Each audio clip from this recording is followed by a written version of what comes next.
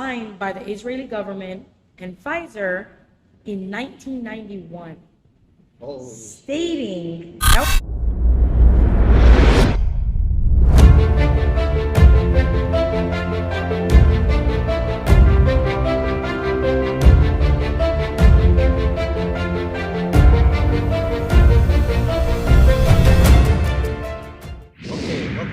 another Aloha Anonymous podcast. We're here with our special guest here, and she will explain to you who she is and what she's about. And take it away. Hi, thank you. I just want to say thank you, Kalani, for having me today. I'm super excited to be here and on the endeavors that I've been embarking on. So I'm Tiana Wilbur. I'm a lifelong resident of the Waianae Moku. And I've recently just gotten involved in a different capacity within our community.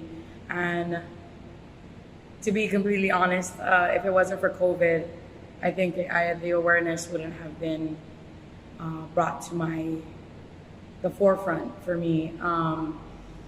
So just on this endeavor, it started off with my son being denied to go to school, and as I was advocating for that, I started getting more actively involved with our current legislation session, this past session, as far as our measures and things that was being passed that was affecting me directly as a parent. So I started wanting to know more and how I could do more to stand for my rights and for my children's rights, and then leading to our community, So on this path, I've been able to participate with our Waianae Neighborhood Board, and that's where more things was brought to my attention as far as how much Waianae doesn't get. And it's so sad. And it can be frustrating and upsetting, when you hear it initially, but the excuses that's told to us in these meetings is like, it's complaint driven and that's why you're not getting any funding. And it's like, who are these people?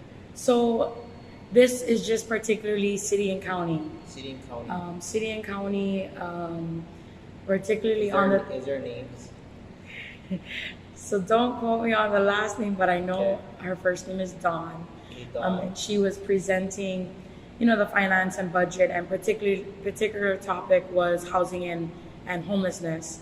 And it was presented in this meeting that they were allocated millions of dollars for housing and homelessness. Is that dealing with only the west side or the whole Oahu? So this is county? With the whole county. But where does the county line stand? Where is that? So right now for Honolulu, we would still just be considered Honolulu. Oh, we are Honolulu. Yeah. And then I know Kapolei is going to be the next of its own, but right now it's all under the Honolulu County. So just specifically this funding was for the housing and homelessness, and it was said that we in the Waianae community is not getting one penny. And so I was like, hey, wait. Who said that? Dawn. Dawn from the city and county. City county. So I said, isn't that where most of the homeless, houseless individuals are located? Yes. In our community, there's a huge population. As we already know, these are issues that we've been voicing for me at least 12 years.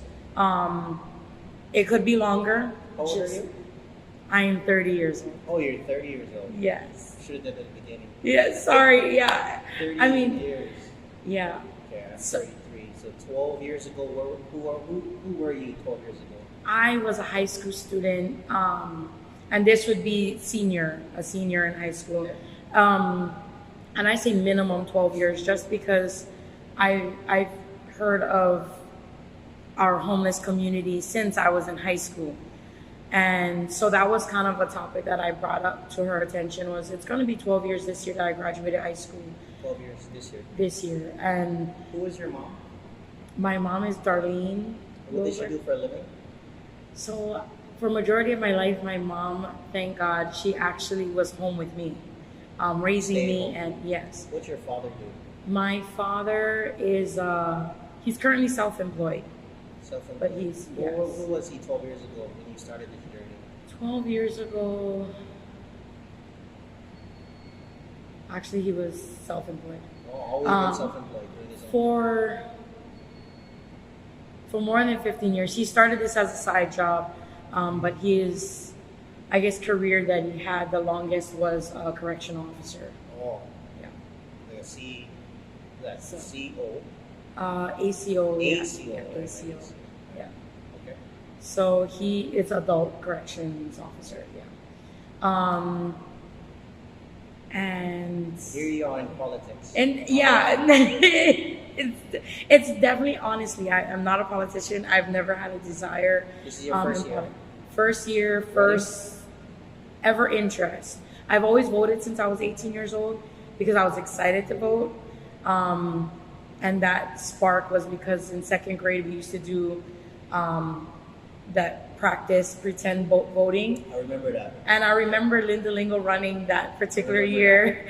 And the only reason I remember that is because I voted for her in my pretend ballot. She lost. She lost and I was sad. Did you vote for her because she was a woman, or did you vote for her because, what was the reason at that time you voted for her? So at the time, it was because she was a woman. I just remember as a 7-year-old. I voted for her too because she was a woman. I was thinking, oh, first female governor. That's just my 7-year-old thought. I remember. 7-year-old. Yeah, I remember thinking that when we got these ballots, and I was like, oh, and I was so excited. I was talking with my grandparents about it. I was like, I want to know who wins. And when they said she lost, I was like, oh, I was kind of disappointed. And then when she ran again, I think I was actually able to vote for her. So When she got into office, was it a good? Did she do mostly good or mostly bad? Your thoughts? What is the one thing that prominently stand out that you were interested in? So this is the first year I've ever dove into this far into politics. So you never get. But the one thing that I know that she did kind of champion, but then it did stop, was the super ferry. And I thought that was a great thing. And I know my auntie actually utilized that. She would catch the bus to Aloha and then get on the ferry. And she would get to work easily. She really enjoyed that. And then I know a lot of family members that utilized it to go outer islands, like a outer island staycation. I didn't benefit because I never actually got to use it, unfortunately. But I just heard a lot of good things that came from it. So it was a little sad that it stopped before I actually got to use it. But that was just one thing that I thought that she did good. And I know there's been a lot of talk about possibly bringing that back. But so that's kind of my testimony, especially in the ability to retain as much as I've been able to and be involved at this capacity, because I was the voter that didn't know the candidates before I got to the ballot. I never knew that there was so much research that could be done prior to going into the booth. And then as I was, got older, going in, I'm like, oh, I don't know that name. Let me just look it up on my phone, because now technology was right in our hands, That's actually very interesting because I think I'm 33, you're 30. So we was around the time when the only way we get news was the newspaper, the TV. The TV kind of dominated everything. Yeah. Now, all these candidates have their own social media accounts. You have one, I have one, everyone has one. You kind of dive in to see who these people are or who they choose to see. It's kind of interesting. Yes. So 12 years ago, you was first introduced to the idea of being politics, or that world was 12 years ago. But it's only since this year you decided to run. What was it last year? It was this year. Last year was when I was brought to a better understanding and an educated understanding on what my rights is as a citizen. And I know that's a whole other controversy, right, being in the state of Hawaii, but Oh, you're referring to it being a state? Yes. Right. That is actually a Hawaii thing. Yes. So, and I know, whoever's watching, I do hear that side. And once upon a time, actually in 8th grade particularly, I was totally for advocating Hawaiian sovereignty. Because you were told? Well, I think that's when a lot of the kauinoa and everything was circulating, and so the T-shirt. They call it the T-shirt. What's it called? There was a T-shirt country, the T-shirt state, something like that. Yeah, there were so many things that. So I'm still interested in learning because there's so many people I've been introduced to in this time frame that I'm just super grateful that God has strategically placed so many people in my life in such a short time frame. And then there's also individuals that has circled back into my life that I've known since I was like 1.5 years old. And the only reason why I remember that is because we went to the same ministry when I was that age, and my parents got married in that ministry. And so that's why I remember these particular individuals, and I do give glory to God for that, because only He knew that they would be in my life again and this particular time, and to have a personal relationship with them in this capacity, whether it's fellowshipping or even in a political, as far as advice or knowledge, especially within our community, because there's so much history that I've been able to engage in and learn in such a short time frame. And I'm just so grateful for these individuals and their willingness to teach. Do these individuals have names? Yes, so this would be Auntie Bert Cyril, and Auntie Joe Jordan. So just right now, just thinking, there's so many individuals that has come to me, and it's Auntie Lynette Cruz, Uncle Eric Enos, and Uncle Eric Enos I actually got to meet some time ago when my mom was actually in school and doing her Hawaiian studies. We got to go on a field trip in one of the sacred heiaus, and I've always been super fascinated and intrigued in our culture and the practices of our culture. So my dream job and career was always to be a pediatrician. And that career was since I was 12 years old. It's pretty close. Pediatrician, politician. Yeah. Some kind of shun, but... Your dad was a correctional officer. So he was the guy in charge of handling the policies. Mm-hmm. The politician handles the policies. And the laws, yeah. Policies is made by or kind of enforced, like their enforcement. By the police. Yeah. Mm-hmm. I kind of butchered that whole thing, but we'll get it on the next podcast. Don't worry about it. But so 12 years ago, the first time you ever heard the idea of being political. Then this year, voting, as in 2022, you're running for office. And what are you going for? I'm currently running for House of Representative for District 45. District 45. And where does that pertain to? So that is Ma'ili'ili Road. So that is the Waianae Comprehensive Road. That's the easiest way to explain it. So all the way up over to Lualuale, Waianae Valley, and into Kaena. Okay, that's always past Makua. Yes. I noticed that it changed. Yes, it did. So currently we're District 44, and we had parts of Ma'ili in the current standing. But moving forward in this year's election, come November 8th, the district lines has changed because of the census in 2020, which is why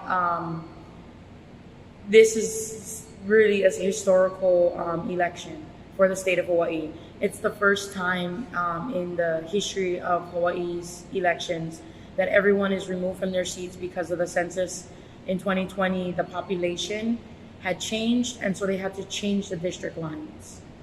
Do you think population in the West Oahu, your district, is growing or shrinking? I strongly believe it is growing. I can't say that it's necessarily our local community, because there's a lot of local community members that has already left the islands, sadly. primarily because of the cost of living, and some of them was offered better opportunity elsewhere, and so there is a huge group that has moved on to different things, and it's sad to see, but I don't think it's lessening in our community, because there's a lot of individuals that's also moving in, and then we still have that, if not the majority of our population, that's families within a household, So multiple family generations. generations. Hawaii generational family was born here, 3 generations are leaving the islands, and there's more. You thinking, what type of people you think is coming here or living here?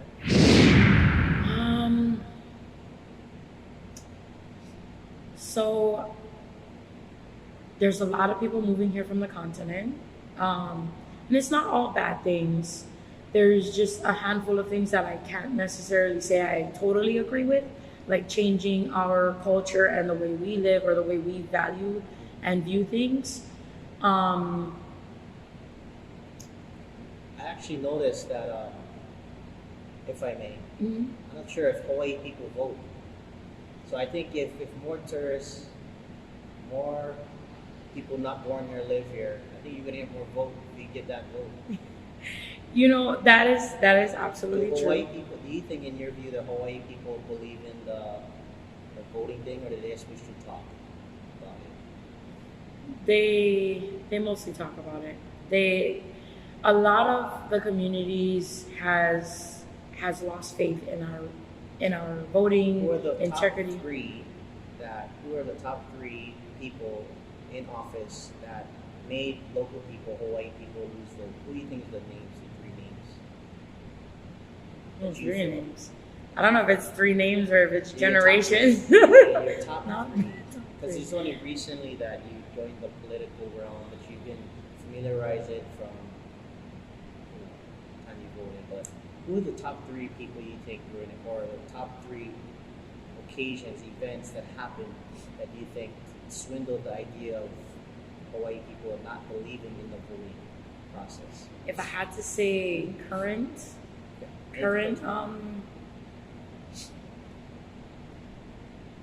I'm sorry. So it'll be the first 3. just To me, right there's off a the top lot. of my head. Yeah, What is there's your- way more than 3. But if I needed to pinpoint any particular individual who is currently in office, I would say Lieutenant Governor Josh Green. And then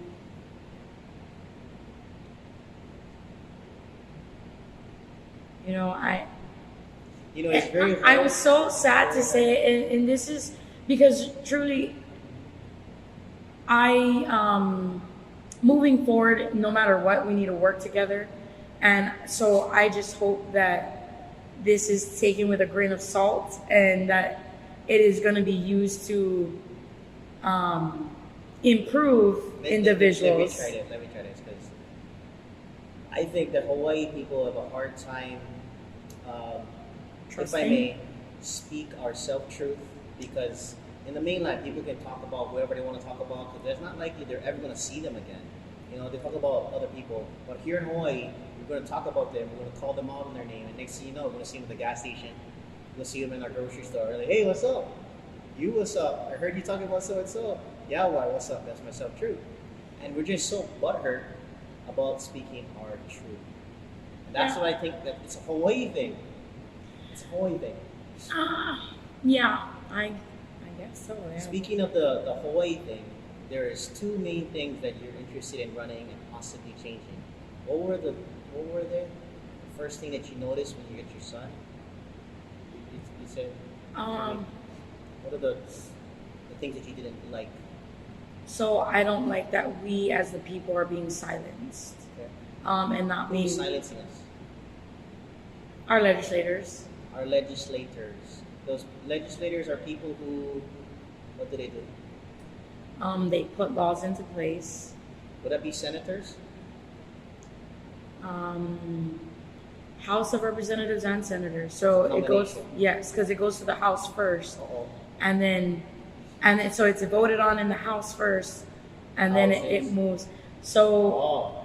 it moves to the Senate, and if there's any revision or anything, or Senate moves it back down or pushes it back to the House, then it's reheard in the House or in different committees. And I'm just mentioning something that I was watching closely, two particular measures. What's that? House Bill 2125 and House Bill 1697. There was companion bills that was Senate bills as well, but those didn't move forward at all. What did move forward was House Bill 2125 and 1697. What is House Bill? What is the first House Bill? So first House Bill 2125, which was heard in February, that was the first measure I've ever testified on. And so you were just a mother at that time? Mother, and you community. drove. So they weren't doing in person, it was Okay. virtual. Virtual. So I got to testify virtually, and it was particularly, so the measure was to charge parents with a misdemeanor, and this was the original statement in the bill, was if you alert, alarm, or annoy any school staff member or administrator. So Identify what annoy means. Use annoy as an example. thank you. So that was my question, particularly because there was no, it could, for me, if I was to tell you what is annoying, if I'm tapping a pencil right while I'm talking right now, or while you're talking, I would ask you to stop, because that's annoying. Like, I'm trying to talk and you're tapping your pencil here. So we cannot annoy the teachers? So anyone in the school staff, Is that Department of Education? Department of Education. Who's that guy? So this is superintendent. So he was interim superintendent at the time, Keith Hayashi, who was presenting this measure to the board. And Gene Ward had asked great questions, and he actually allowed me to ask a question, even though it was only open to board members. He had actually asked me a question after I had spoken, after I testified. And so his question to me was, do you think that this is kind of a harsh measure? Like, could it not be just like a warning first, or a few warnings, and then lead to something like this? Another thing, I think it was Lopresti that had asked the question on why are we trying to put this harassment measure in place when we already have harassment laws? And they said, well, it doesn't pertain to educators. But nothing in the law states that it doesn't pertain to educators. So I guess when we annoy any person of Department of Education, including the teachers, what happens? So you will get charged with 1 year in jail or a $2,000 fine. And for me, my testimony was, and it was because I already had my incident in January when my son was denied to go to school. Tell that story. So the principal literally told me, and I video recorded it, he literally told me that he's denying my son his education. Number one, in a public school, we pay taxes that funds these public schools. So for them to say and have that statement of, I'm denying your son his education, is already unlawful. And so I had filed a police report that day, and my son was intimidated to go to school from that day because he was denied to go in. And so particularly, I had served an affidavit in December. They've never followed up. I had called over the break, and they sent me a form that I had to fill out. The thing with the form that I didn't agree with is that the school is requiring medical documentation on the reason why my son can't wear a mask, or the reason why my son can't participate in certain things, which would be a HIPAA violation, because they have. Violation? So HIPAA is a federal law where it's a patient and doctor confidentiality. The school doesn't have the right or authority to get this medical record from you. Actually, it's a little bigger than that too. Oh yeah, it definitely does. Yeah, I don't go off topic. Seep into. Yeah. Yeah, so it does go into more depth. In the state of Hawaii, is it more state or more federal that's more severe? Well, more severe is federal. A charge from the federal government is more severe. On the state level, it can be severe, but not as impactful as a federal charge. And so this HIPAA law is federal. And And so that was just an awareness I was bringing up at the time. And then he was again denied in February. So for me, when I had the phone conversation with the principal before I took him physically to school, was, does this document require a doctor's signature? He never answered the question and said, okay, fill out the document and then we'll see your son in school. So I had taken my son to school when we came back from break, and that's when he denied him. And so I was reading at the time, I was reading him the Hawaii public school laws. You're reading the principal. The Hawaii public school laws. And he said, I don't want to hear anything. This is your opinion. Yeah, he's, people like that is here, we're here. Right. So it's who am I, right? Who am I? It should be the other way, but. Yes. And that's exactly where I started seeing the lack of, right? Where all political power rests with the people, but the people's the very ones that is not heard. And so he said, I don't want to hear what you have to say. That's an opinion.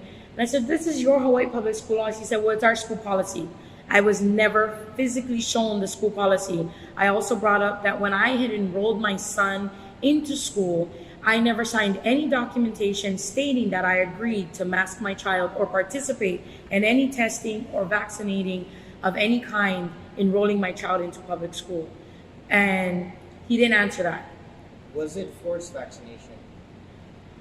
So at this time, our kids, they didn't have vaccinations for the ages of my son at the time. Currently they do, it's from 6 months old. And so I actually come from the medical field.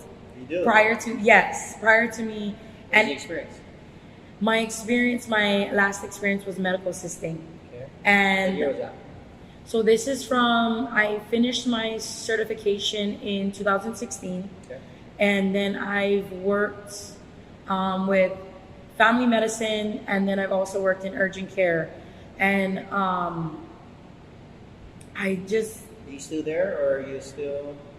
So I wasn't there because of COVID. I was also working as a health school. You weren't there because of COVID, or you weren't there because of COVID policy?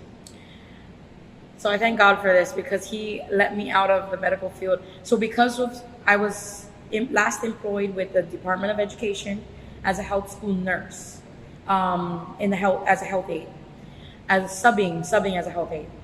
So when all the schools were shut down in the beginning of COVID, I was on unemployment, and so I had reapplied with I'm gonna say this with the Postal Service, and I was working there the last 2 years. What year is this? So it's this, 22? yes. So I got hired in. Oh my gosh, was it? Yeah, it was in 2020. I got hired in 2020, and then because that's when I stopped. Well, the COVID policy was in March of 2020. Is that correct? Yes. And then you went to. I started at the Postal Service in August of 2020. Okay. And then, because of my political run for office, somebody had filed a complaint, and I recently had to resign from my postal duties. And so Why is that? So that is under the Hatch Act, another federal law. So under the Hatch Act, it permits any federal worker to run for political office as a nonpartisan. But you didn't know.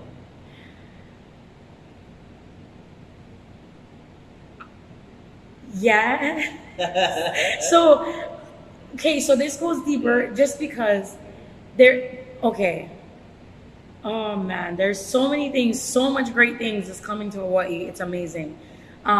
We already see firsthand a lot of there's audits that is happening just in DPP. There's things that's being uncovered right now. Is that a federal audit? So from what I know, it's just the director who is auditing different departments. He's a new director coming into the seat for City and County Department Planning and Permitting. And we just thank you, Andrea Tupola, for having this town hall meeting, because we got to meet him and hear a little bit more, and he answered some of our questions at this meeting. But they're auditing things, just different departments. And we've already seen in the news different cases where individuals are being penalized for the buyouts or whatever illegal processes, right? Because I mean, really, it's not lawful. It's not lawful processes that has been taking place. I mean, we've just gone through, I don't even know if it ended completely with the whole Aloha case, right? Like there's just so many things uncovering within our state as far as corruption and the lack of transparency. And then just seeing firsthand how much rights that are violated daily, and especially through COVID. And that's why I say I thank God for this experience with COVID, because if it wasn't for these unlawful mandates, policies, and orders, I wouldn't be aware in the capacity that I'm aware of, you know, and the education that I've received during this time frame. And it's because they no longer teach this in our curriculums. You know, our students are not aware of these things. Props to you parents that educate your children and bring them to a table and show them the different candidates that are available, to educate them, to make an educated vote, to not just go in there and go eeny, meeny, miny, moe, right? Or ABC, or, you know, just like which one, and then whatever your finger lands on, right? Like just so many different scenarios. What do you think about those people who say that I'm just going to go with this Hawaiian last name? Because there's not that much Hawaiian last name that's actually on there.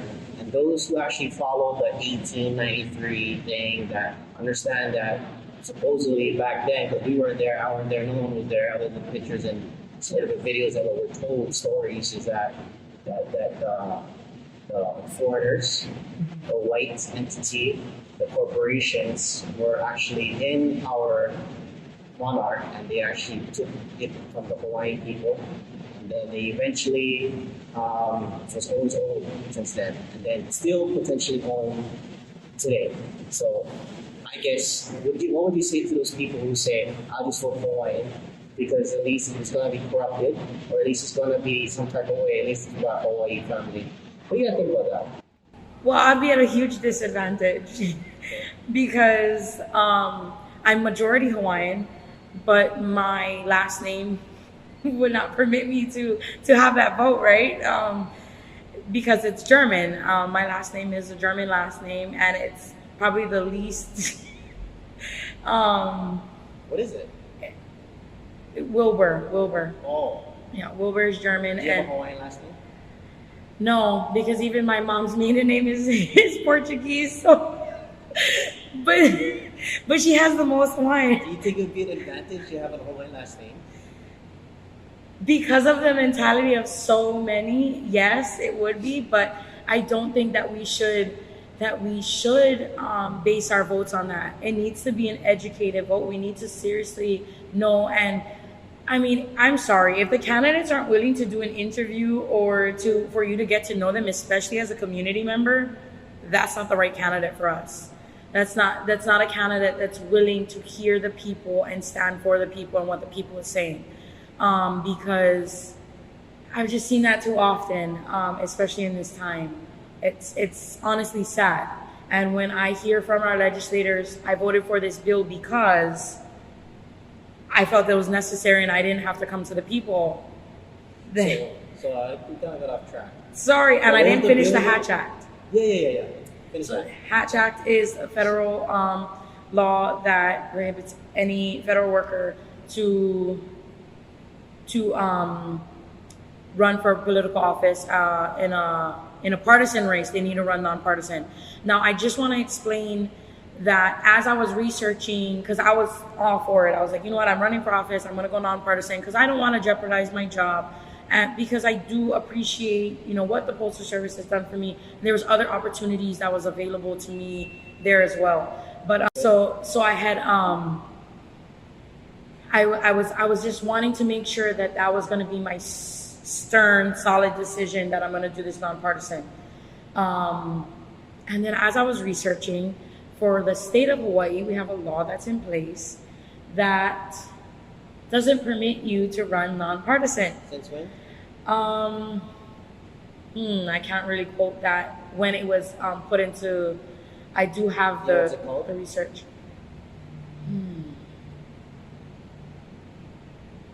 don't remember the title. I just remember reading the So does it give us more rights or less rights? less. Okay. Because we're a partisan state. We need to, and that's why we have, and we're primarily a two-party state, right? Everybody knows that already. Because we have like 7 other parties, but they're not really recognized in our state. I didn't know we had some other parties. So there's like the Green Party, the Libertarian, the Aloha Party. What else is there? That's the most I hear from, anyways, from those. And then the nonpartisan, which is not a party, but it's listed as a party.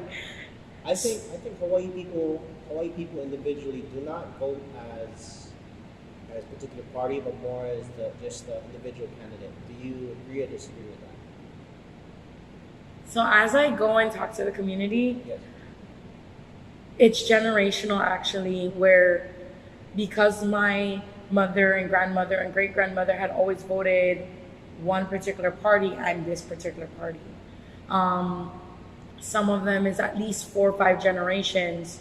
And now that I've been like talking to a community, not even only in our community, but just across the state, there's a lot of individuals that's finally like, I don't know why my family always voted this particular party. I'm changing my vote, or I'm no longer, I'm registered with this party.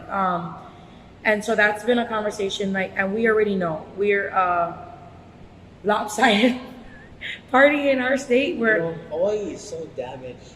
I can hear it, I can feel it. It's like, Yeah. I can say it again. I gotta see this guy in the gas station. I gotta see this, and we're so damaged because I see that like everyone's slowly going to Republican. I gotta fucking say it. Yes. We're going to the Republican, even though we have a lot of unions that give good jobs.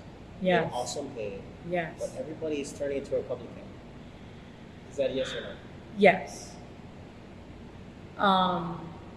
And so getting back to this law, it was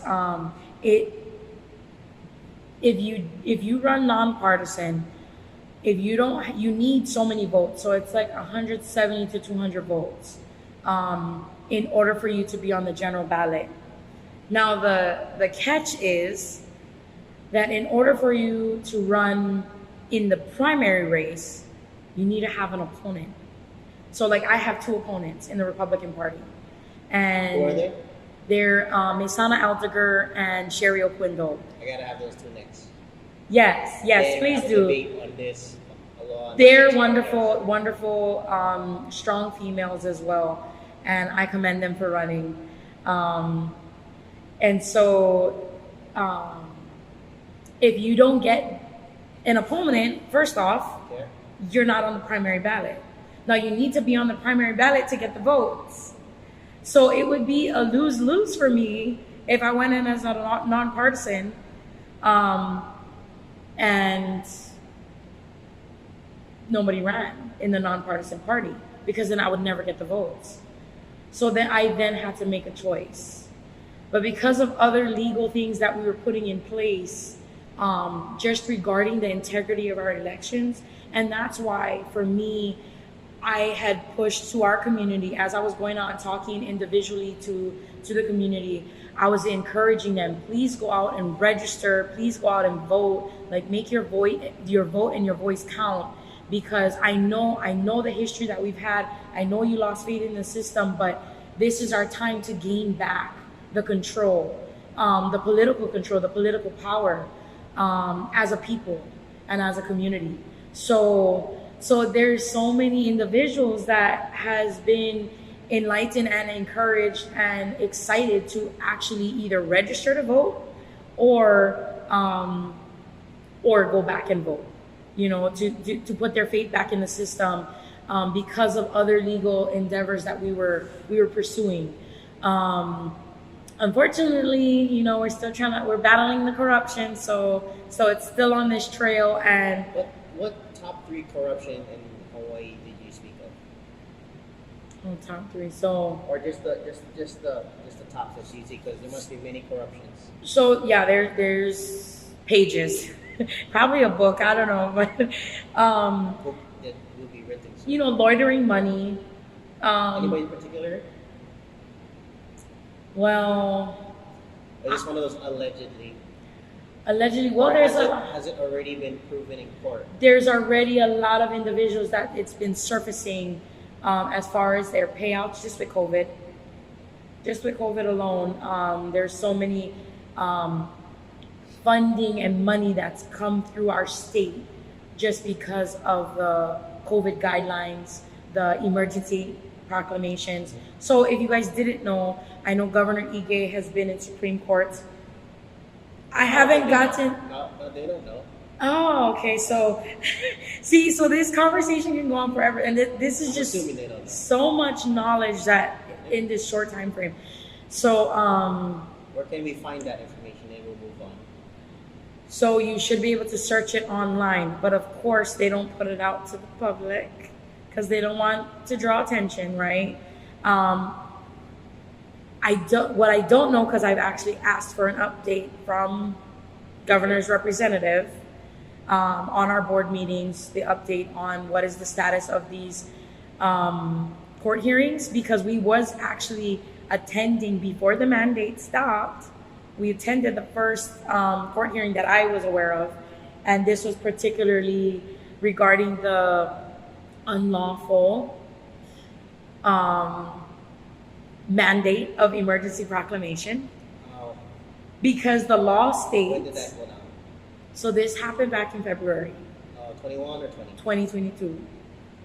So just recent, and so this court hearing was discussing with the public and also just showing the case of the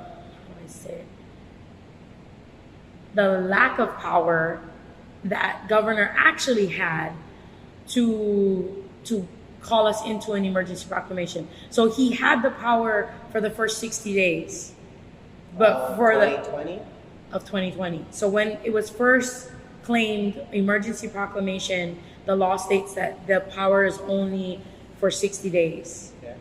And after that, he renewed it and renewed it and renewed it, which he's supposed to get a hearing with legislators, with Senate, with, there's policies in place that he's supposed to abide by. That was not followed. So who brought it up? Or who does he battle? How does that work?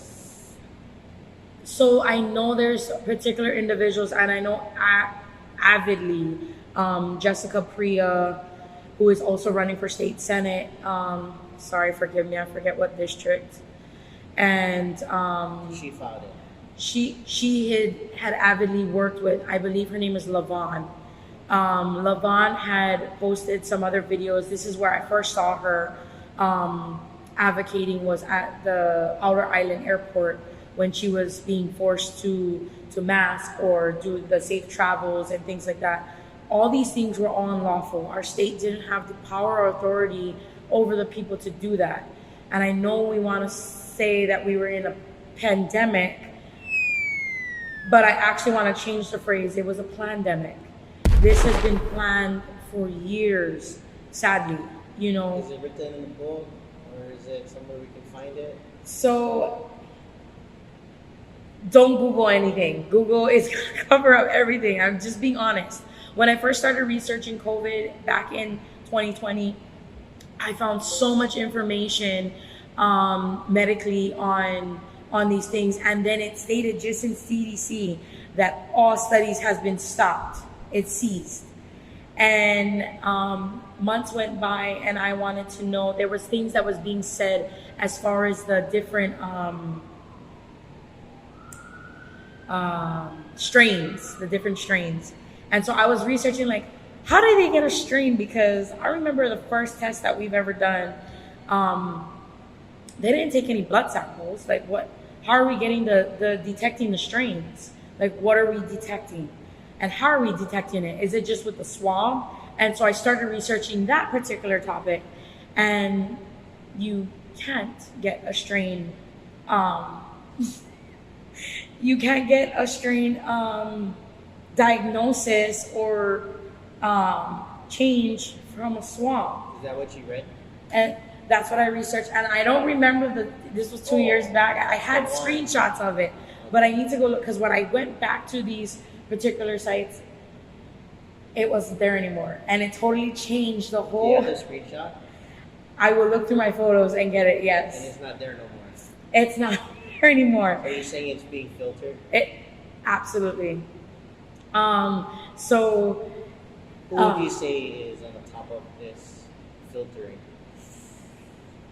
I'm sorry, our news. Stay away from mainstream news, because they are they're in the pockets of all the pharmaceutical companies, all the anybody that's partaking in this payouts or money circulation, especially through this pandemic, is definitely part of. If they're taking whatever funding that's coming and not realizing it, sorry, but you should have done your research, because I was privileged to have met someone that is from Israel 3 years ago when I was at the urgent care clinic. Jerusalem, Israel. Yeah. Okay. So she lived here. She resided here for about 15 years, and she was teaching Hebrew. So she's met so many families and has impacted so many families in our state, or left imprints, right? And so she was, by God's grace, has been able to come in October and visit us. And so during that same week, our senior pastor in Nigeria had, he was talking about so many controversial things in the start of this pandemic.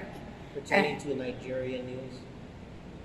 Actually, you know that the other countries follows America's news. They follow and they keep track of what happens in America because of the impact we have on their country. So things that affect us and things that we follow here, they adopt and they follow in their countries. That was the your pastor's perspective. Pastor, yeah. And so and this is why it's going to tie in. So he was just particularly talking about this document that was uncovered, and it was in grand jury. And when it was brought up in grand jury, so the Israeli people, and so this is what I was listening to this teaching, and I was like, well, I don't want to get caught up in this like controversy or this, like political news. I just want to hear the word of God, from this particular, hearing, this time period that he's teaching. You're pertaining to Christian God, yeah. And so I was taking it with, okay, I'm hearing it, but I'm not like taking it in. Just so happened the very next day, we had a dinner with this individual from Israel, and this is a document that's circulating Israel.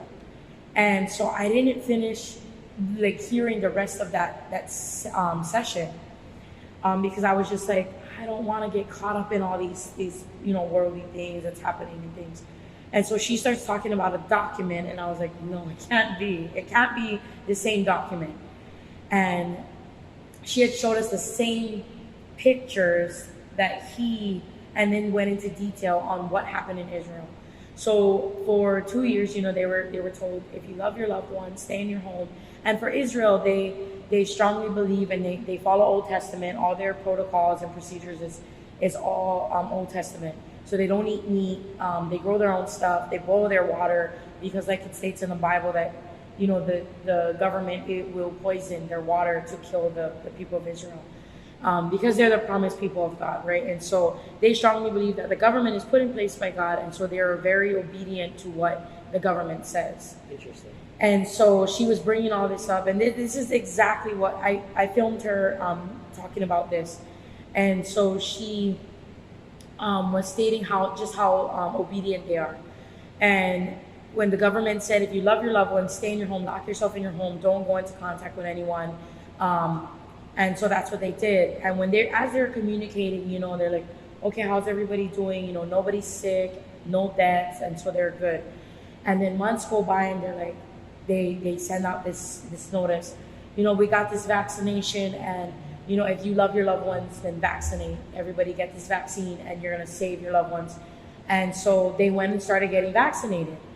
And then they said, but still don't come into contact. So they're kind of questioning like, wait, don't come into contact, but we're vaccinated? And they're like, okay, well, we'll just, they listen. So that's what they did. And of course, in our news, in our media, it was said, and this is just because it was a personal conversation that came up with one of my loved ones that said, no, the people of Israel was going out traveling and acting anyhow. And so here I am, firsthand with somebody that just flew in from Israel, going through it firsthand. She just moved back to Israel just before COVID started. And so when all this was happening, she had all of it firsthand. So when she came last October and was sharing this information, I was just like blown away with how I even learned of it first, and how fake our news is, unfortunately, So they was calling each other and they were saying, okay, so how's everyone, just updating their families and stuff. They're like, so-and-so just passed away, what's going on? So as they were seeing a climbing number in deaths, they started questioning the government. And the government was like, oh no. And so through this process, they uncovered this document. But this document was because they took the government to court because they wanted to know what is happening. And in this grand jury, this document, the two paragraphs there was black, completely black. And they're like, what does it state? Like, what are you guys covering? What is this? And they said, referring to such and such. I don't know if you guys ever sat in court hearings, but that's exactly how referring to, such and such revised statute, and as attached, and then you don't actually see what it's stating. So what's in black? So exactly. So they took it to Supreme Court. And in Supreme Court, so this is what the pastor didn't teach, or maybe I didn't hear, right? Because I wasn't really listening after he was talking about this document. So she said, now it's in Supreme. So we went to Supreme Court, and they uncovered what this document stated, and it was signed by the Israeli government and Pfizer in 1991, stating that was the year I was born. Okay, so this has been planned for 30 years. That's sad. And that's why I adamantly will call it a pandemic. 1991. This document was in 1991. There's so I have a document actually, but I will get back to that. We kind of built up this document for about 15 minutes. I'm like, what is this document about? I know. And then it came down 1991. 1991. Yeah. So it's crazy. Yes, crazy. And I was in tears when she's saying this. I was thinking, how dare I even question, right, man of God, teaching us diligently what to prepare ourselves for, right? And so here she is firsthand telling us exactly what's happening in Israel. And so this document simply stated that they would be vaccinated with this vaccine at this time. And exactly when they released the vaccine was to the date of the document. Unbelievable. So it seems this is kind of a worldwide. Yes. Pandemic, yes. Which is why you can hear and see more in the news. We're talking about a new world order, right? And this is the start of it. So now if we do more research, right? We do more research where... What are we using for research? Internet. And if we want to research things, unfortunately, I think there is things that are also tainted. But if we go to like search engines like DuckDuckGo, and forgive me for not remembering the doctors' names, I will go back and research these doctors and get it to you, so that if anybody wants to go and research it. So, and I know this is going to go more biblical, but if we're looking at, so this is the common comment that I get as far as the vaccination. It's not the mark of the beast. You're absolutely right. It's not the mark of the beast. It's definitely leading up to the mark of the beast. So the things that are in this vaccine is acclimating our body to be able to withstand and hold the mark. And I don't know if you guys already know this, but the mark of the beast has already been created. Back in 1998, this doctor was interviewed. Do you have a doctor name? That's the doctor. I have to go back and get the So name. what would you Google or search or DuckDuckGo? Try just look up Mark of the Beast because It's so broad. yeah, and so anyways, this scientific so he wasn't born again. He created this back in the 90s. So as all these things was like tying in together and learning these things, I don't. If you guys want to, you guys actually can go and watch Pastor Chris Oyakhilome. How do you spell that? So Chris Oyakhilome is Oyakhilome.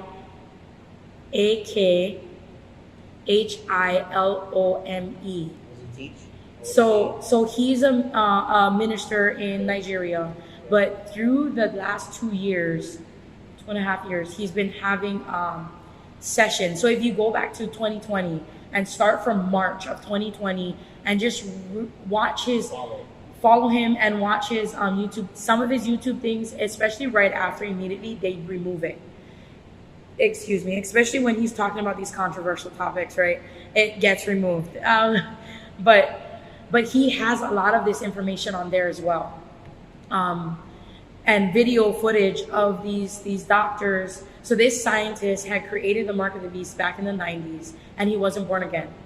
So this Mark of the Beast, you're saying, is something we inject into our bodies? So it's going to be injected, but it's going to be a chip that's going to be put into our bodies, and it's talked about in Revelations, in the book of Revelations.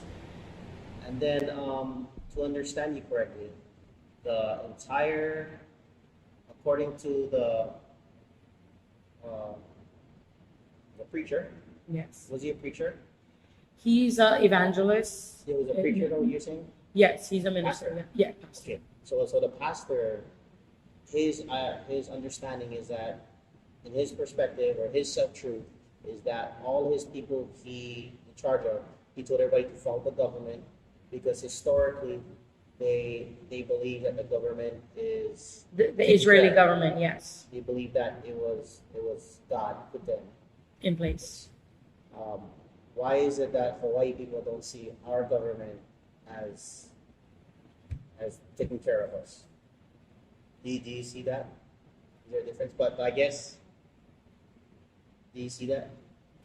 See what I'm saying? Yes, I do see it, and that definitely goes in depth too. But I don't feel like all our legislators have the people's best interest or Hawaii's best interest at heart.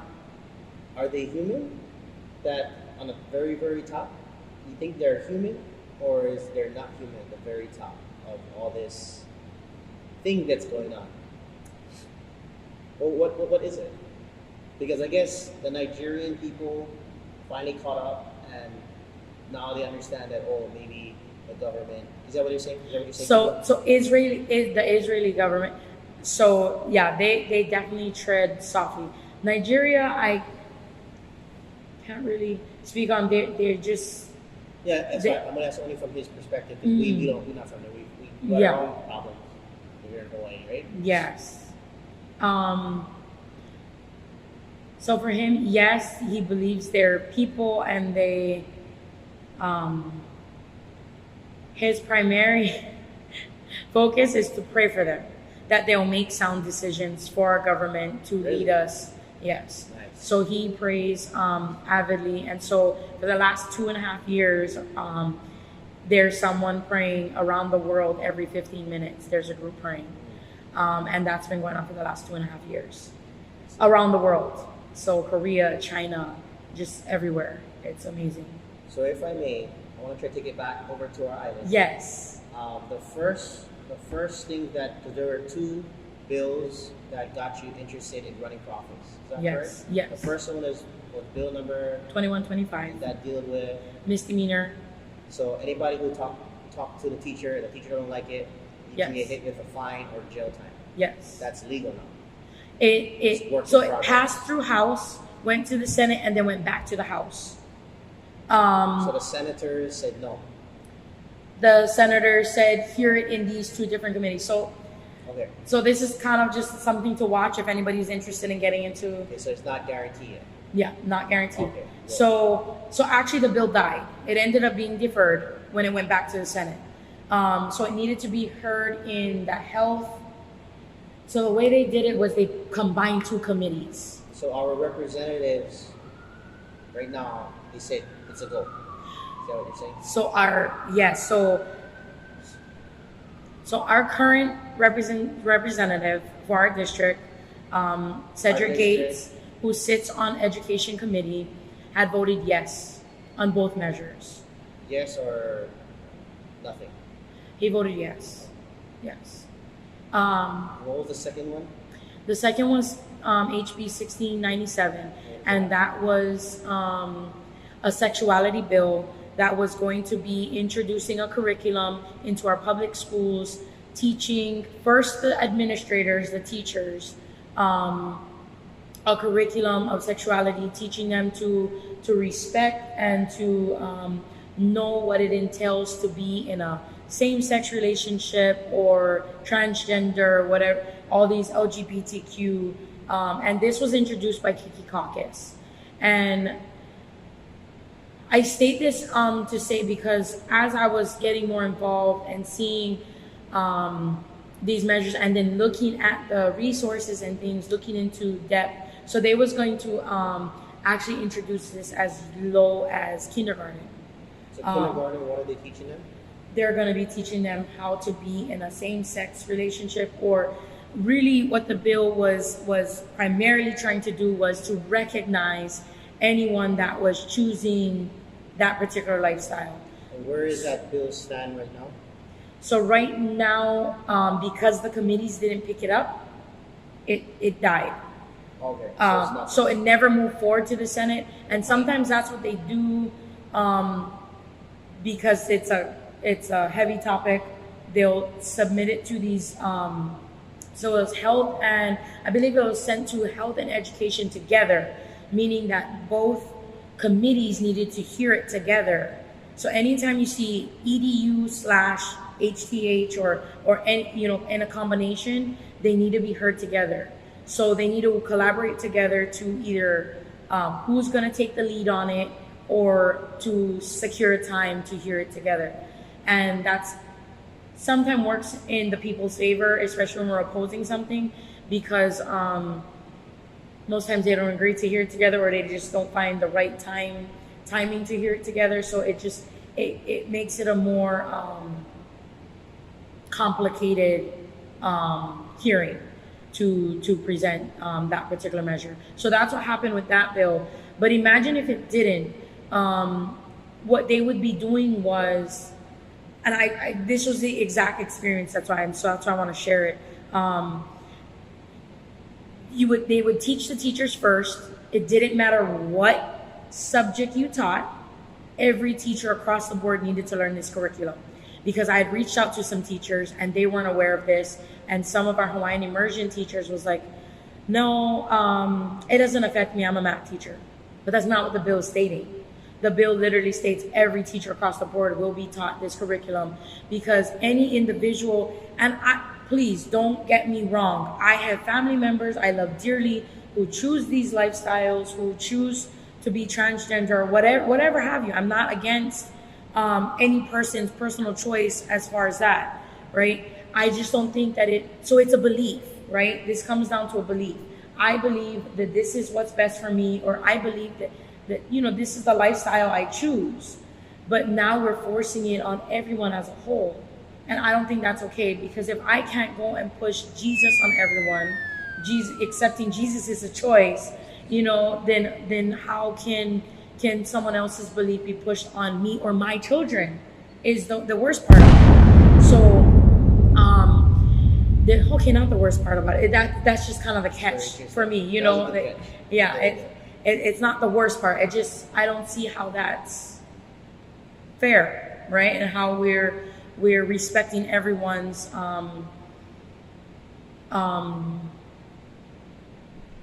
lifestyles that we choose, right? And for the most part, if I could just say and state that if we look at majority of our communities that are a part of this, or that locally, none of them agree with this. None of them agree or is pushing this forward, because a lot of our local communities, if you know Hawaii, we're respectful. We have family members. We have that respect enough where that's your choice. That's your responsibility. It's on you. Like it's not for me to come in and opinionate on, or I mean, I know we have a lot of opinionated or strong opinions and comments. And I've heard this through high school, teachers is like, this is the most, what is the word? This is the most racist place I've ever taught or I've ever been. And that's because of, in our generations and in our culture or our the way we speak is like, you stupid Tongan or you stupid whatever, right? Stupid Hawaiian. And other individuals take, and this is just an example that a teacher had mentioned. What nationality is the teacher? From the continent. She wasn't from here originally. I don't know what she was. I mean, of white background. Of white background, yeah. What kind of white?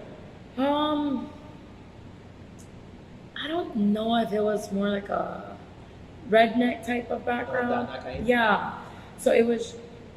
I tell you what, because for me, I've been to parts of America, the States, and I find it that it's different. Difference with Hawaii to me is that Hawaii is racist against everybody. we don't. Well, it's because we're a melting pot. Yeah. Like when I say white, I have white. Yeah, you know? I have white. I have Asian. I Yeah. have all kinds of stuff. Yeah. So we're racist against anybody. So we're racist against everybody. We're not racist to nobody. Yeah. Because we have no hate. It's just like you're just a dumb Hawaiian, or you're just a dumb white person. Yeah. We don't really mean anything by it. No. It's more of a joking type of thing. Joking is just like you're dumb, I'm dumb, we're all dumb. Let's move on. Yeah, and that's what I just absolutely love. That, and I think it comes back to that spirit of aloha, right? The kapu aloha, which is a law, right? And which law is kapu aloha?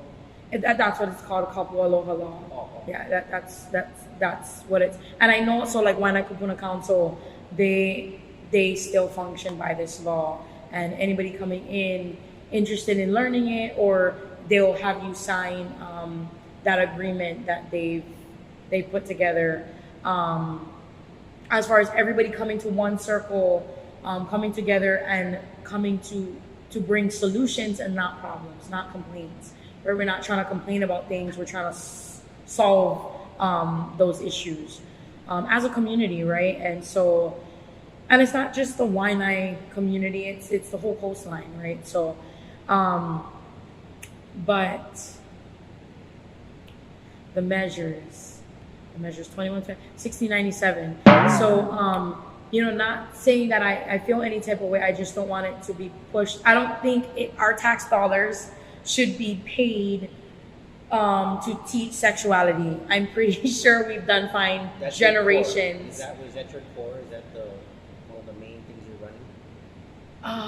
Potentially, because is this something that's brought up? There's nothing that's been enforced yet.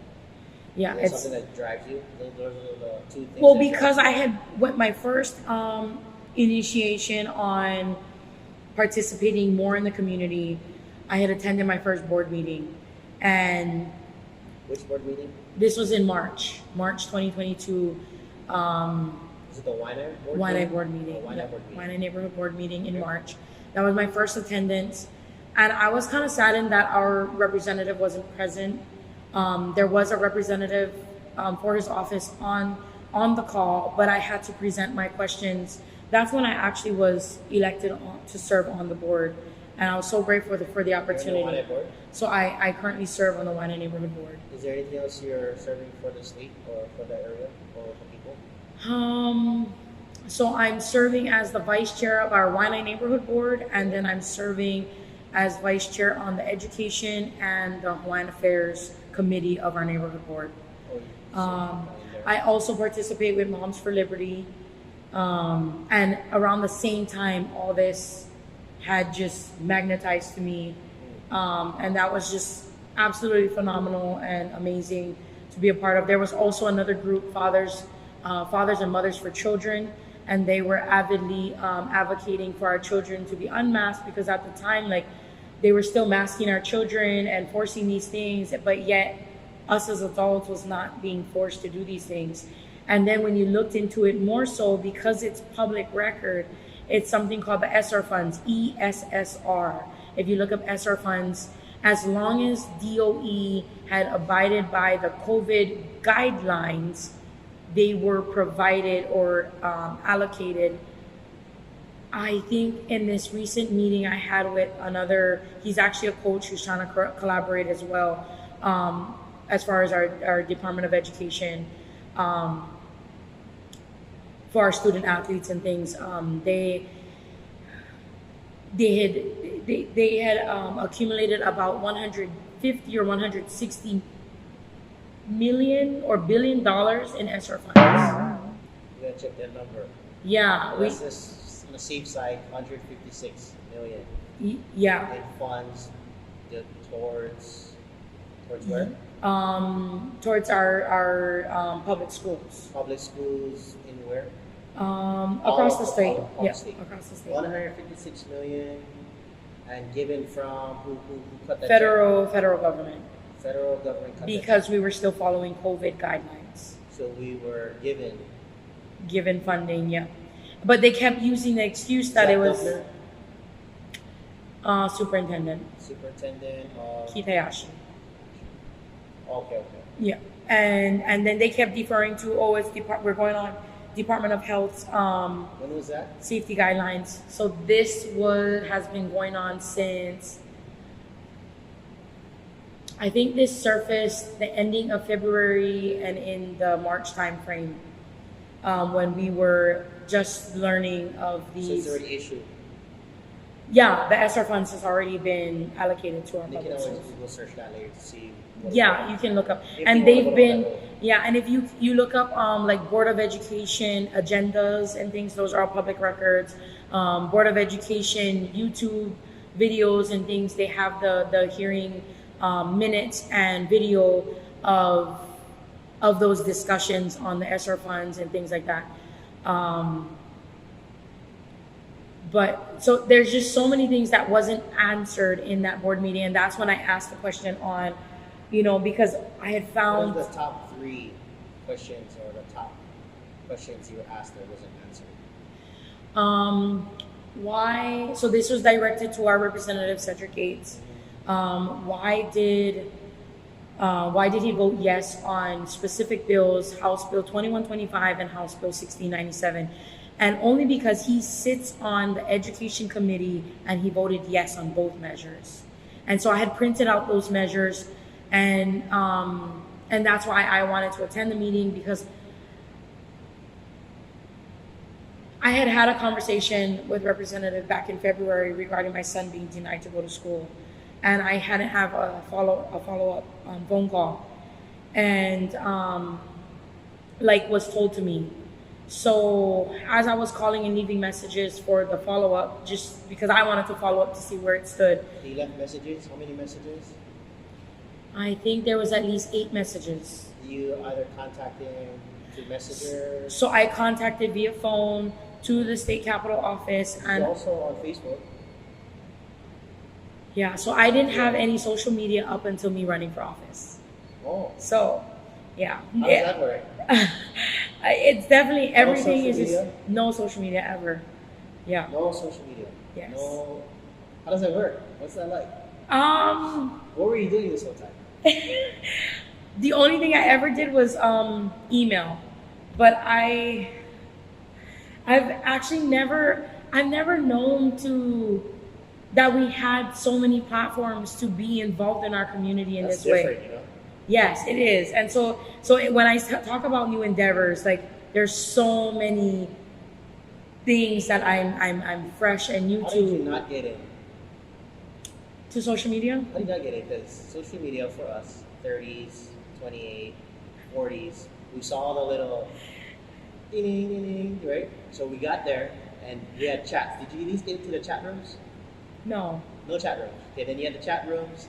The only way I knew about this, so my sister has always been, so when MySpace came out, and I was homeschooled at the time. She was in MySpace. Yep. So I saw how that worked and stuff. Then the next one came. Good luck back then. I was like, good luck me even checking my school email, you know, like, because I was homeschooled. So there you go. I was online homeschooled, and so I just. Your mom and dad homeschooled you? We was actually homeschooled through Embry Thompson Academy. But to be honest, I learned the most from my parents during those years, because the curriculum that was taught to us was, we were learning. So you never been to prom? I did. You did? Yes, because I entered back into Hawaiian High School at sophomore year, but because I was homeschooled my 9th grade year, I went in as a 9R. So when I graduated high school, I graduated on time, but as an 11R. Yeah. So I had all the credits I needed. So I did 4 years of high school in 3 years. Thank God to the Plato program, I could do recovery credits, and the way they set up the curriculums at the time and our scheduling, we ended up with 8 credits and not 6. So yeah, thank God I got to graduate in my class. I suspect to that too, because I think when I was in high school, we could make 32 credits, and then you only needed like 16. So I was kind of done And at that time, we had Governor, what was his name? We had Governor Cayetano. Was it Cayetano? Oh, yeah, maybe. I know he ran twice. I mean, he got in twice. But that guy believed that, no child left behind, so thank God for that. Oh, yeah. Because at that time, you could have not go to school and you actually graduated. That's my truth. Yeah. There was somebody else, a classmate actually of mine, that night he was told he's not going to graduate, and so he jokingly went up to because they used to give the diplomas in the concession, and so he jokingly went up and gave the name, and they gave him his diploma, so he went back to school the next year. He was like, did they not realize that my diploma? So anyways, he was like, whatever,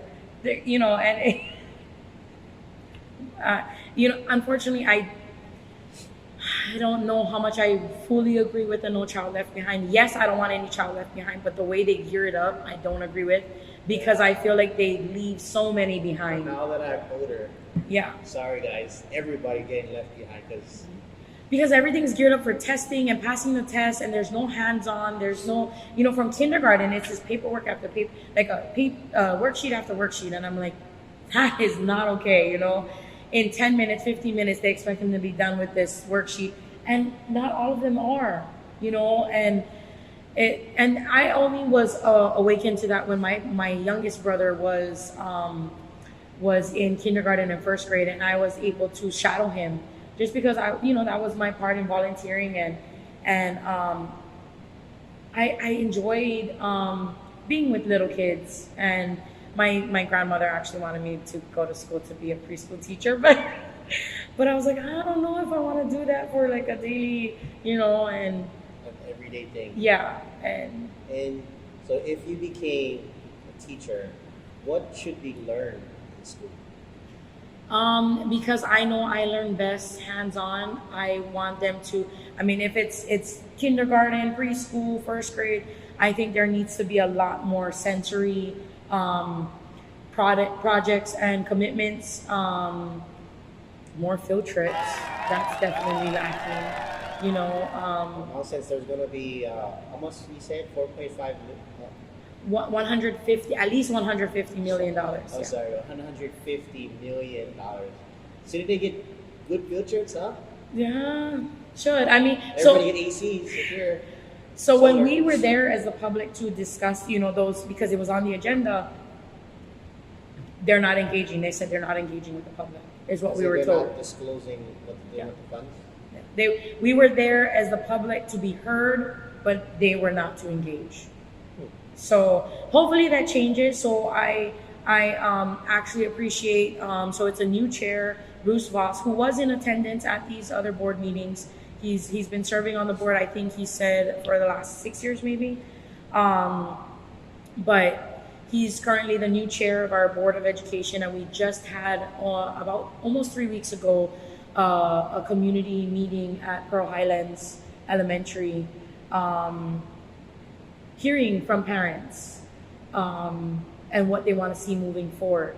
So I hope that they stick to what we discussed and moving top forward. Three, a few things that come up that the parents who spoke up cared about. Lack of communication, that there needs to be more collaboration, more community communication, and parent involvement, which we already know that there's a lacking, right, in parent involvement, which is one of the hindrances that I feel House Bill 2125 is going to add to, because parents, if I'm going to get charged a misdemeanor, then shoot, I'm not going to participate then more so. And already, because our community lacks that hinders our children moving forward academically.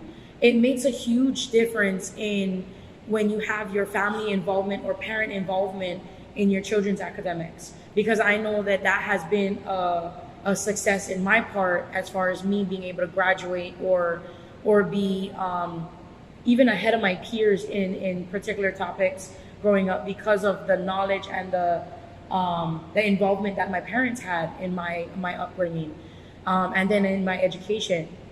So I know a lot of the parents that maybe didn't graduate or just doesn't feel as confident to be that support academically, but just to be that support for your child will be a huge impact emotionally moving forward for your child to excel in all of their endeavors moving forward.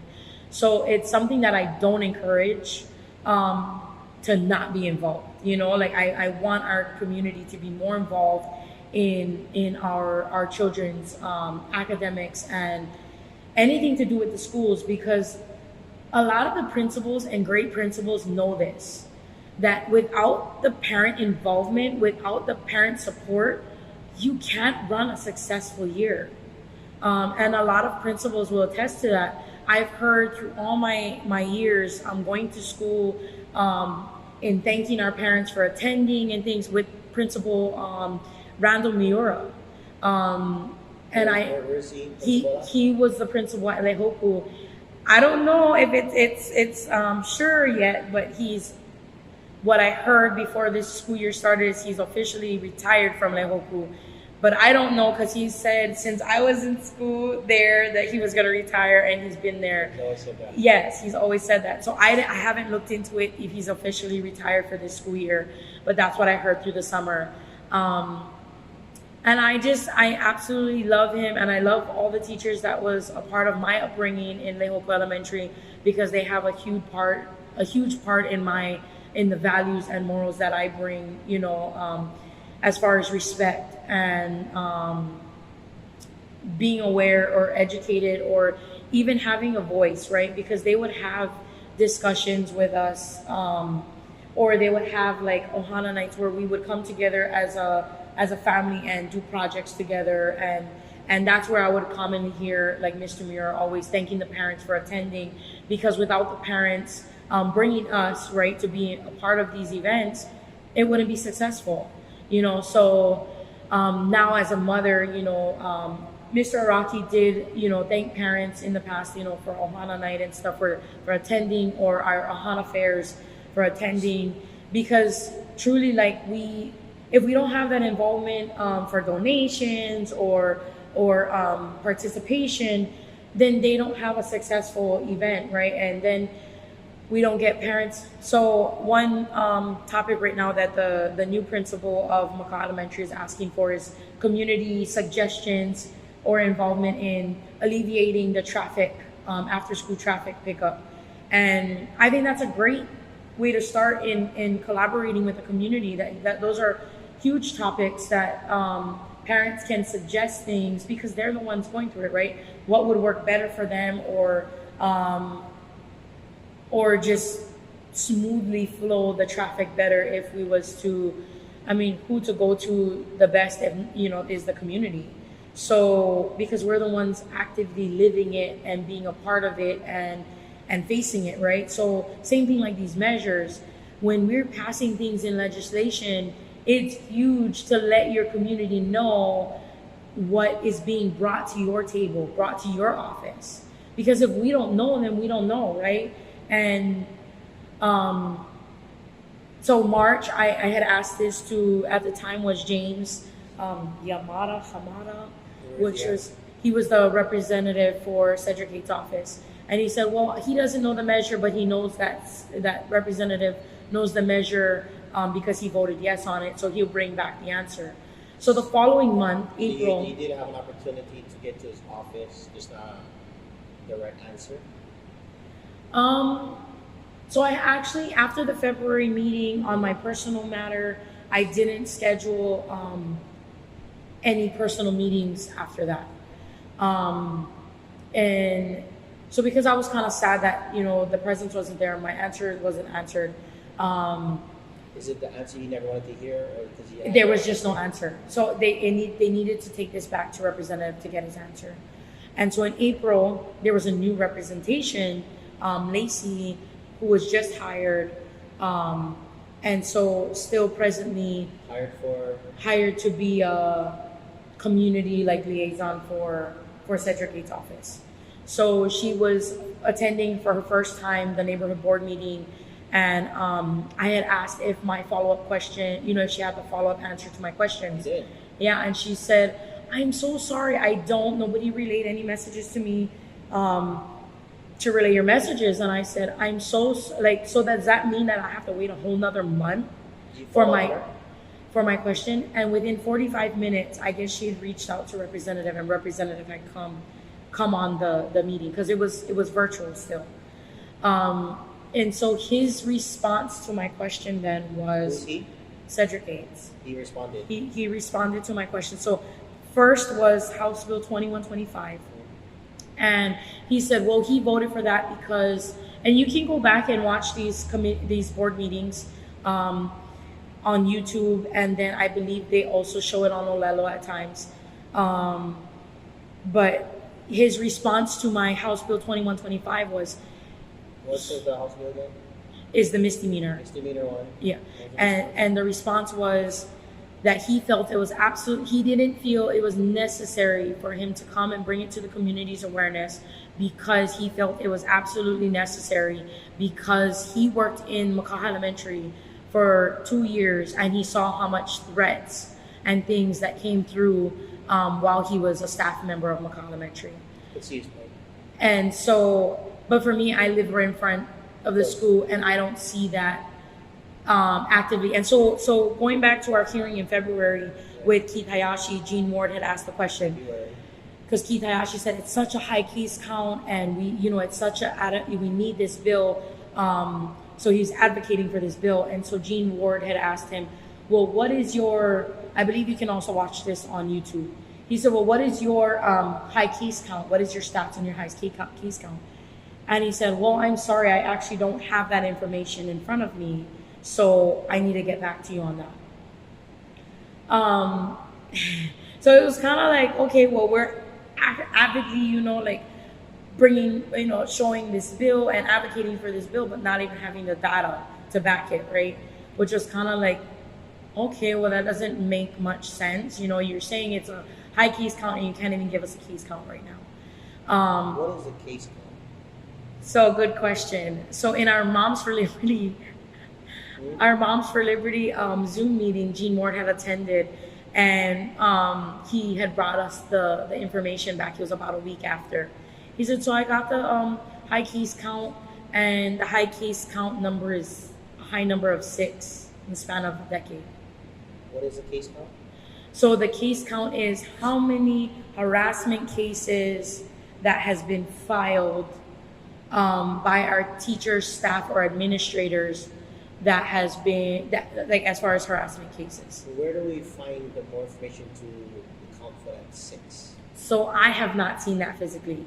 Oh, that was a verbal. We can try and reach out to Gene Ward's office to see if he has the actual documentation. And even Diamond Garcia might even know if they ever gotten the actual stats from Keith Hayashi. Try to get Diamond next year. He's an interesting guy too. Yeah. So, yeah, I don't know if anybody's interested in following up with that, but definitely, by all means, ask the questions. That's what's needed right now. Is we need to ask the legitimate questions, or just questions, because that's what they don't want. Why do you think you don't see them in public, right? Why do you think they don't come to events? So someone just told me today, they said, I was kind of disappointed that Josh Green refused to come out to our invitation to meet our community, you know. And Who said that? so he's a support. He comes in, volunteers at Lahi Lahi. I don't remember his last name. I know it's Uncle Jeff, and he The depth of Lahi Lahi. yes. That's where they can look from. Yeah, I mean, you can look from there, or Waianae Kapuna Council. He attends the Waianae Kapuna Council, and he's a transplant, right? But he's taken on the value and the love for our community and for our people. Yeah. So,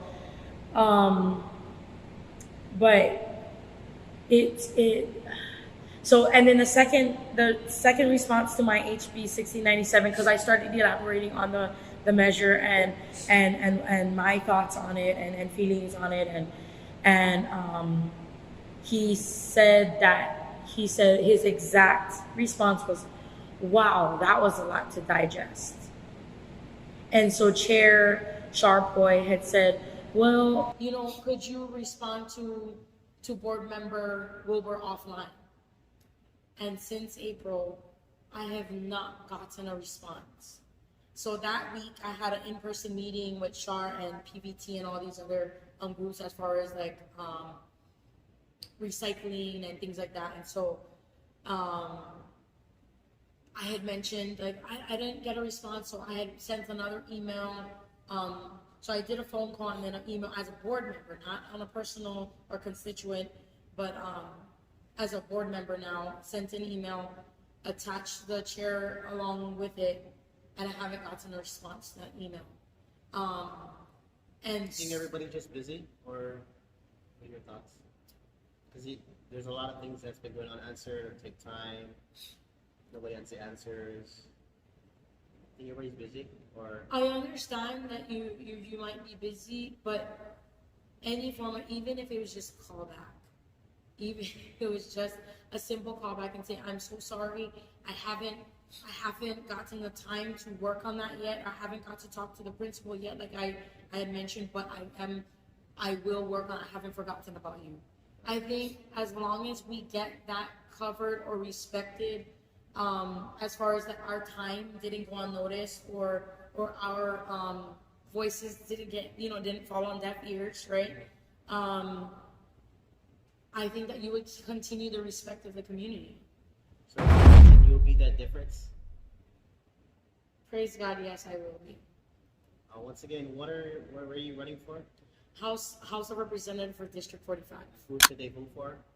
Tiana Wilbur. Please.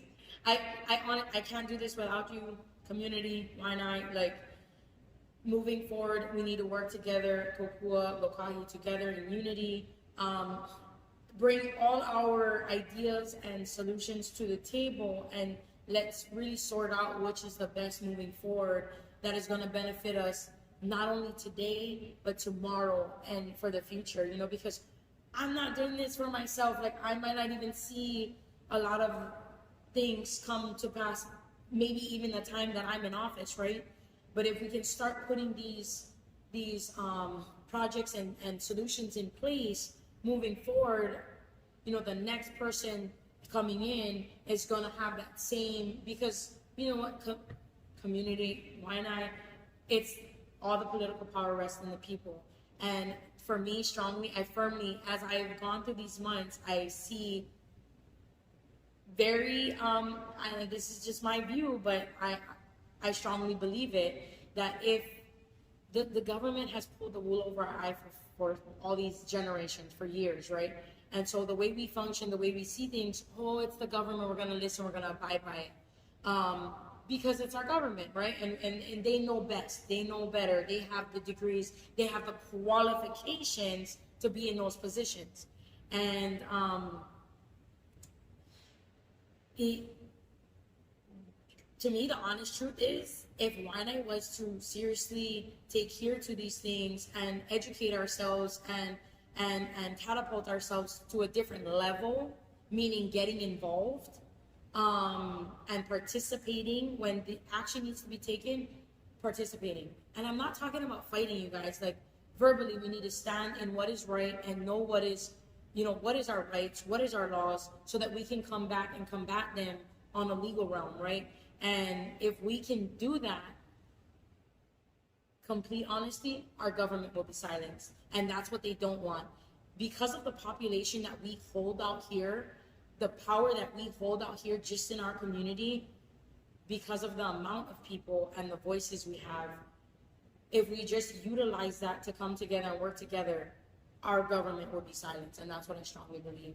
So I just want to continue to commend and encourage our community to please get involved, please be a voice. And if you don't know, or you want to know more, or you want to know how to even start, begin somewhere, reach out. My Instagram is Tiana for Truth, and my number is 808-291-5496. And I just please reach out to me. I love to hear any concerns or ideas, and how we can move forward on improving our community, working together on this, because I can't do this alone. I can't do beach cleanups. I can't do, it's going to take our community. It's going to take, and if we go back into our culture, even just the Hawaiian culture, it takes a village to raise up a child. And it's going to take our community to raise our community to bring us to different heights and different levels. And I strongly believe that Waianae deserves nothing but the best. All right, on that note, thank you all for coming and watching with us here at Aloha Anonymous podcast. See you soon. Thank you.